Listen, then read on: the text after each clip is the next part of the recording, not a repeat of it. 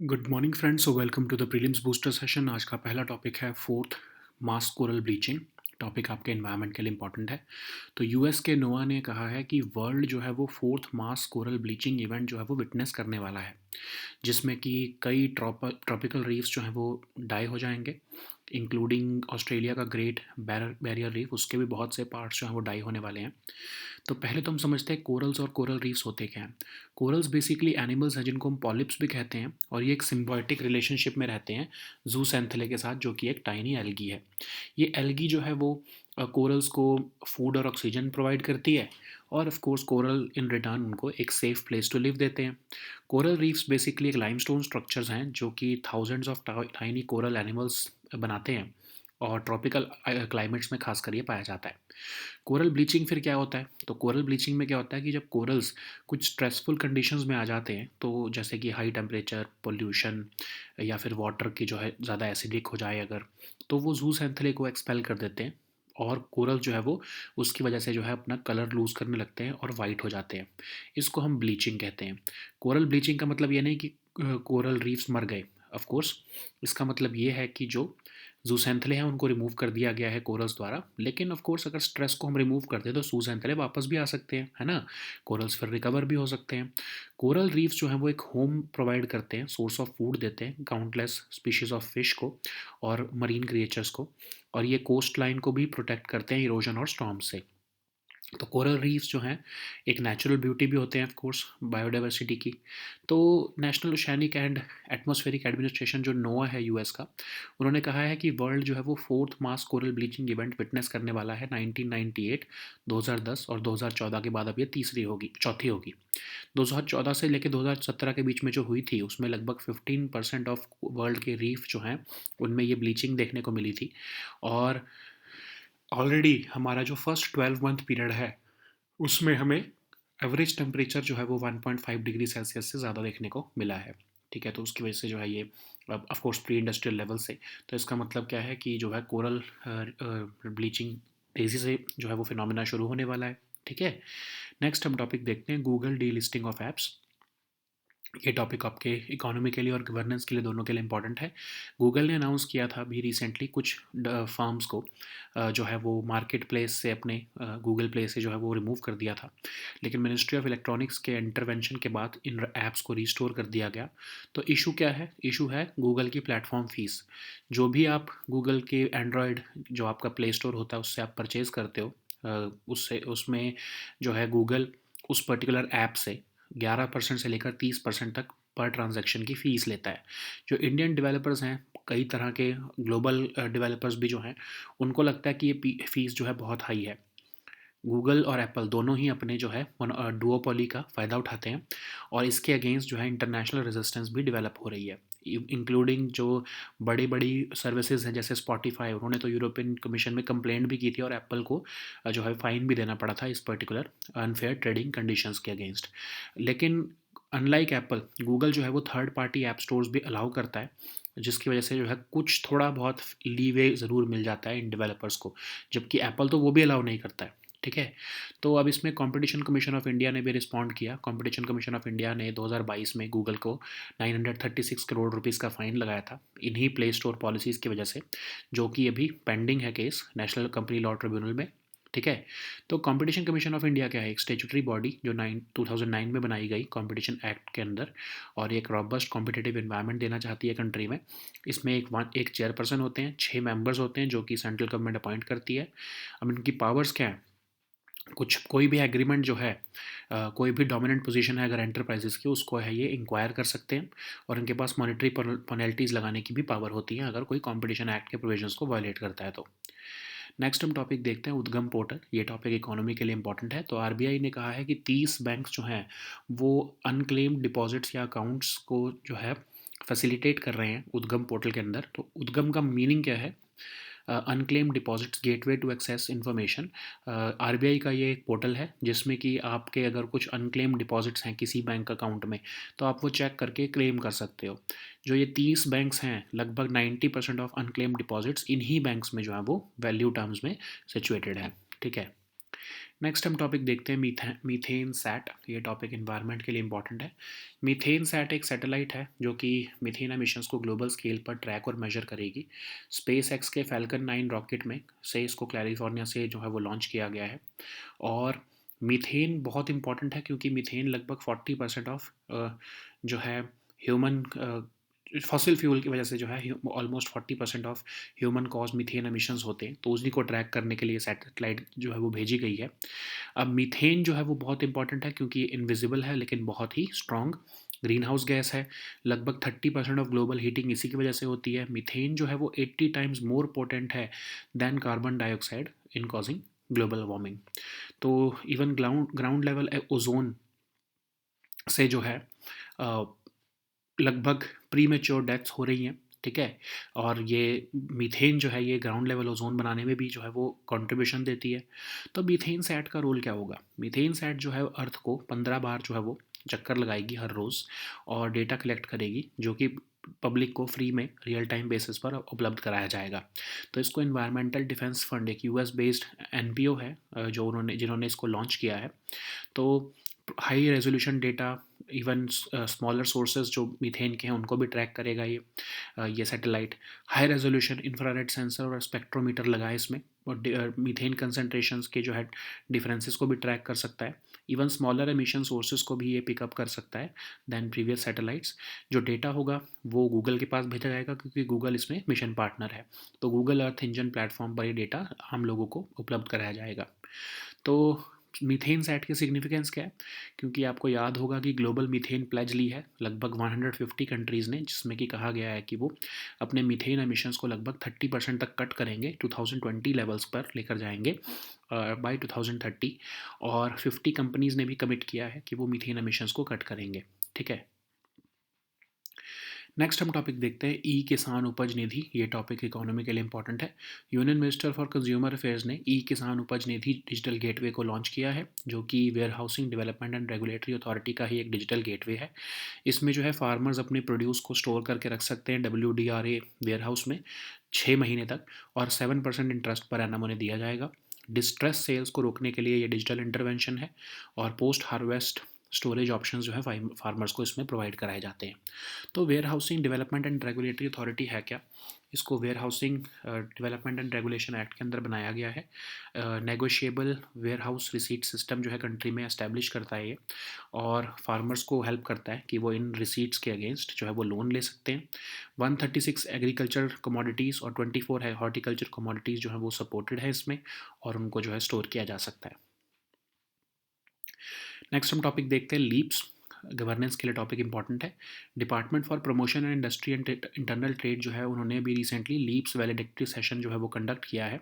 तो लीप्स क्या है? Logistics excellence advancement and performance shield initiative, जो कि एक फ्लैगशिप इनिशिएटिव है लॉजिस्टिक्स डिवीजन का, DPIIT का। ये सेलिब्रेट करता है लॉजिस्टिक्स सेक्टर्स के जो है लीडरशिप को और एक बेंचमार्क देता है ग्लोबली कि ये सिर्फ लॉजिस्टिक्स सेक्टर के जो ग्लोबल प्लेयर्स ही नहीं बल्कि MSME, startups, logistics sector enablers, इन सबको भी रिकॉग्नाइज करता है, ठीक है। नेक्स्ट हम टॉपिक देखते हैं total solar eclipse. Science and tech के लिए टॉपिक इंपॉर्टेंट है। तो टोटल सोलर इक्लिप्स जो है वो अप्रैल 8 को इस बार होने वाला है और ये एक कंडीशन होती है जब मून जो है सन और अर्थ के बीच में आता है और कम्प्लीटली सन को जो है वो ब्लॉक कर देता है। मून की शेडो जो है वो सन को जो है टोटली ब्लॉक कर देती है, तो जो है उसकी वजह से टोटल सोलर एक्लिप्स होता है। और इस समय हम लोगों को सन का कोरोना देखने का जो है वो अपॉर्चुनिटी मिलती है जो कि उसकी आउटर मोस्ट लेयर है और इसको टोटलिटी का फिनोमेना होता है इस टाइम पर। टोटलिटी का मतलब क्या होता है कि आप लोग, हम सब लोग क्रोमोस्फेयर को देख पाते हैं सन की, जो कि रीजन ऑफ सोलर एटमॉस्फेयर है, ठीक है। और इस समय पर जो है वो एक डिप भी देखने को मिलता है एयर टेम्परेचर्स में, ठीक है। सो नेक्स्ट हम टॉपिक देखते हैं हॉलिस्टिक प्रोग्रेस कार्ड। गवर्नेंस के लिए टॉपिक इंपॉर्टेंट है। तो national council for educational and research training NCRT ने एक न्यू हॉलिस्टिक प्रोग्रेस कार्ड जो है वो इंट्रोड्यूस किया है जो कि डेवलप किया गया है पारख द्वारा। तो ये पारख जो है, ये HPC जो है, ये फीडबैक लेगा पेरेंट्स से, क्लासमेट से, और सेल्फ इवैल्यूएशन भी करवाएगा स्टूडेंट से, ताकि उनको एक कॉम्प्रिहेंसिव व्यू मिल सके स्टूडेंट्स के एकेडमिक परफॉर्मेंस का। इसको नेशनल करिकुलम फ्रेमवर्क के साथ अलाइन किया गया है। तो बेसिकली अब स्टूडेंट जो है वो सिर्फ एग्ज़ाम के ही बेसिस पर ही रिव्यू नहीं किए जाएंगे, बल्कि एक 360 डिग्री इवैल्यूएशन होगी स्टूडेंट्स के परफॉर्मेंस की। स्टूडेंट्स को रेगुलरली क्लास एक्टिविटीज़ में भी असेस किया जाएगा। टीचर्स जो हैं वो स्ट्रेंथ ऑफ स्टूडेंट जो है वो समझ पाएंगी, ठीक है। टीचर्स जो है आइडेंटिफाई कर पाएंगे कि स्टूडेंट्स को किस एरिया में जो है वो ज़्यादा हेल्प की ज़रूरत है, ठीक है। एक एम्बिशन कार्ड भी शेयर किया जाएगा स्टूडेंट्स के साथ, ताकि वो अपने एस्पिरेशंस बता सकें स्टूडेंट्स को, और सॉरी टीचर्स को, और इन पेरेंट्स को भी इन्वॉल्व किया जाएगा इस लर्निंग प्रोसेस में। तो बेसिकली HPC जो है वो सिर्फ न्यूमेरिकल ग्रेड्स के बियॉन्ड जा रहा है, और डिस्क्रिप्टिव और एनालिटिकल इवैल्यूएशंस के थ्रू जो है वो क्रिटिकल स्किल्स जो एक चाइल्ड में उसको डेवलप करने की कोशिश कर रहा है, ठीक है। तो कॉम्पिटेंसी बेस्ड इवैल्यूएशन और होलिस्टिक ग्रोथ जो है वो हमको स्टूडेंट्स में देखने को मिलेगी। So now let us see all these topics in English. So the first topic is fourth, mass coral bleaching. This topic is important for your environment section. So as per US NOAA, the world is on the verge of a fourth mass coral bleaching event, which could see swaths of tropical reefs die, including in parts of Australia's Great Barrier Reef. So what are these corals and what are coral reefs? So corals are basically animals, which are also called polyps, and they live in a symbiotic relationship with tiny algae called zooxanthellae. And these algae provide the corals with food and oxygen, and in return these coral provide them with a safe place to live. So corals reefs are basically limestone structures which are formed by thousands of tiny coral animals, and they're found in tropical climates in general, okay. But remember, some corals are also found in uh, temperate zones or temperate waters also, okay. So what is coral bleaching? So why is it a cause of concern? So when corals are exposed to stressful conditions like high temperatures, pollution, or acidity, acidic waters, then they start expelling the zooxanthellae or the algae. And without these algae, coral loses its color, and then they start turning white. This phenomena is called bleaching or coral bleaching. So coral bleaching does not necessarily mean that the coral has died. Actually, if the stress or the which is causing this coral bleaching, if we remove that stress, zooxanthellae can come back and the corals can recover. Okay, so coral reefs provide a home and source of food for countless species of species of fish and other marine creatures. They also protect coastlines from erosion and storms, and they play a pivotal role in regulating Earth's climate by absorbing and storing carbon dioxide. Also, apart from that, they look very good. They are a form of natural beauty and a stunning display of biodiversity. So, what are the findings of this National Oceanic and Atmospheric Administration? So, the world is on the verge of fourth mass coral bleaching event after 1998. The second one happened in 2010. The third one in 2014. When the third one happened between 2014 and 2017, we lost nearly uh, one third of the Great Barrier Reef, and about 15 of the world's reefs saw large corals die off. Okay, and the world has also just registered the first 12-month period with an average temperature over 1.5 degrees Celsius above pre-industrial levels. So this is becoming a tipping point for mass coral die-offs, and that's why we are being said that we may be entering the fourth mass coral bleaching event. So the next topic is Google delisting of apps. This topic is important for your economy section and also your governance section. So recently Google had pulled some of the apps from its Play Store. But after Ministry of Electronics and Information Technology intervened, these apps were restored. Okay, so what is the issue? So actually the issue is Google's platform fee. Whenever you make a purchase from Google's Play Store, or even if you subscribe to an OTT streaming service from the Google Play Store, Google collects a fee which is anywhere between 11 to 30% of the per transaction. And Indian developers, like many other global developers, see these fees as a very high price to pay to get listed on Google Play Store. As of now, you know that Apple and Google, they both are exercising duopolistic control. So that's why international resistance is developing against these companies with respect to these fees which are charged by Google and Apple. So, for example, music streaming firm Spotify had filed a complaint with European Commission against Apple, and Apple was hit with a fine of almost 1.84 billion euros by European Commission for indulging in unfair trading conditions. Unlike Apple, at least Google allows third party app stores around the world, which gives a little leeway to developers in avoiding these fees. So how has Competition Commission of India responded to such actions? So Competition Commission of India in 2022 fined Google 936 crore rupees for its Play Store policies, and an appeal by Google against this fine is pending at the National Company Law Appellate Tribunal. Okay, so what is Competition Commission of India? It's a statutory body which was established in March 2009 under Competition Act of 2002, and it aims to establish a robust competitive environment. So it consists of one chairperson and six members who shall be appointed by the central government. So what are the powers of CCI? So CCI has the power to inquire into a certain agreement as well as the dominant position of enterprises. It also has the power to impose monetary policies upon violation of the Competition Act of 2002. Okay. So the next topic is Udgam portal. This topic is important for your economy section. So RBI has recently said that 30 banks are facilitating people to search their unclaimed deposits through the Udgam portal. Udgam basically means unclaimed deposits gateway to access information. This is a portal developed by RBI to search unclaimed deposits or accounts across multiple banks at one place in a centralized manner. These unclaimed deposits can be claimed only from the respective bank. And why these 30 banks? Because these 30 banks cover around 90% of the unclaimed deposits, at least in value terms. So the next topic is methane sat. This topic is important for your environment section. So methane sat is a satellite which will track and measure methane emissions at global scale, and it was launched recently by a SpaceX Falcon 9 rocket from California. It is important to cut methane emissions, and the main culprit, of course, is fossil fuel emissions, which account for about 40% of all the human caused methane emissions. So, methane is an invisible but strong greenhouse gas. It is responsible for 30% of global heating since the Industrial Revolution, and methane is 80 times more potent at warming than carbon dioxide. Methane also contributes to the formation of ground level ozone, which if exposed, so basically exposure to ground level ozone could be contributing to 1 million premature deaths every year. So what is methane sat? Basically, it will orbit the earth 15 times a day. It will monitor oil and gas sector. The data collected by methane sat will be made public for free in near real time, and the entity behind methane sat is basically a non-profit environment advocacy group called the Environmental Defense Fund. And the methane sat will provide high resolution data about large emitting events, but also smaller sources of which emit methane, and a high resolution infrared sensor and spectrometer will fill critical data gaps. It will track differences in methane concentrations.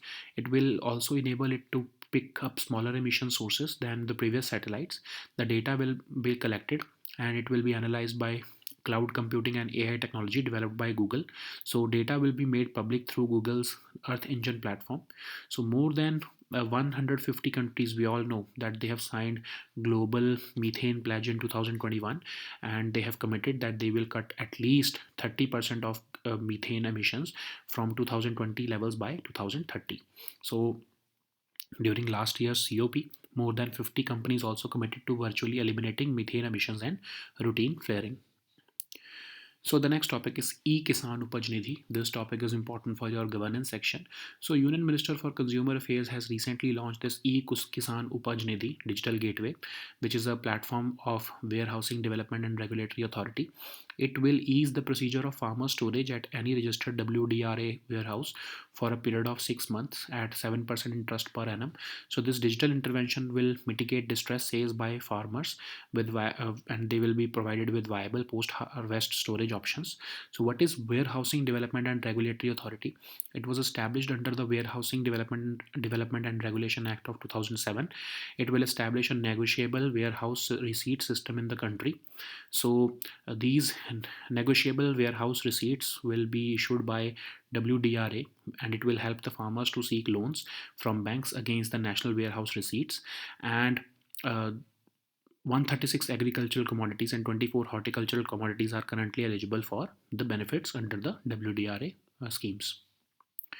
So the next topic is LEAPS. This topic is important for your economy section. So Department for Promotion of Industry and Internal Trade has recently organized a LEAPS valedictory session, and it's a flagship initiative by the Logistics Division of DPIIT. It would celebrate the demonstrated leadership of the logistics sector in transforming India's logistic industry and realizing the goal of national logistics policy. So LEAPS will create a new benchmark globally by not only recognizing players in the logistics sector, but it will also recognize the MSME startups and logistics sector enablers who have been providing innovative solutions across the logistics ecosystem. So the next topic is total solar eclipse. This topic is important for your science and tech section. So a total solar eclipse will make the sun disappear on 8th April 2024, when the world would witness the rare celestial event through the skies.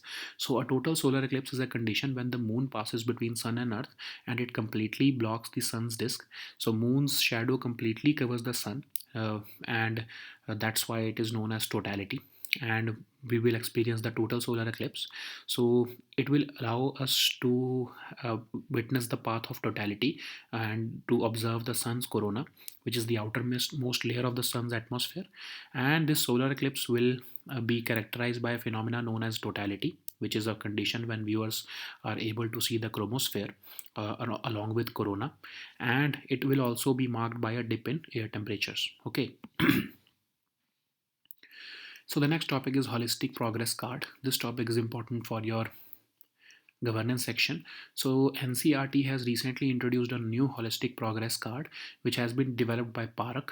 So this would incorporate feedback from parents, classmates, and even self-evaluation by students. This approach aims to provide a comprehensive view of students' academic performance, cognitive abilities, socio-economic skills, socio-emotional skills, and creativity during class activities.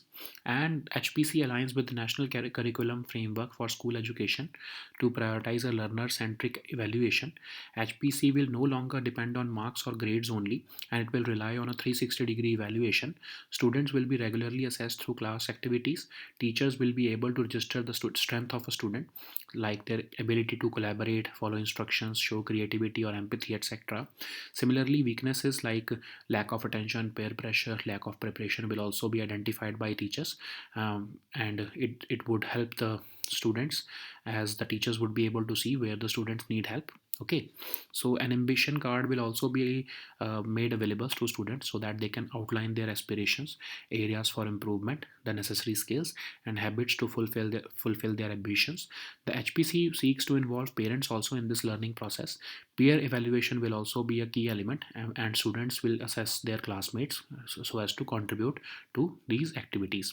So HPC basically goes beyond numerical grades and will focus on descriptive and analytic evaluations so as to develop critical skills in a child. It will promote a shift from summative or to formative assessment, fostering competency based evaluation and holistic growth. Okay, so these were our topics for today. We'll meet next time with new topics. Until then, goodbye and take care.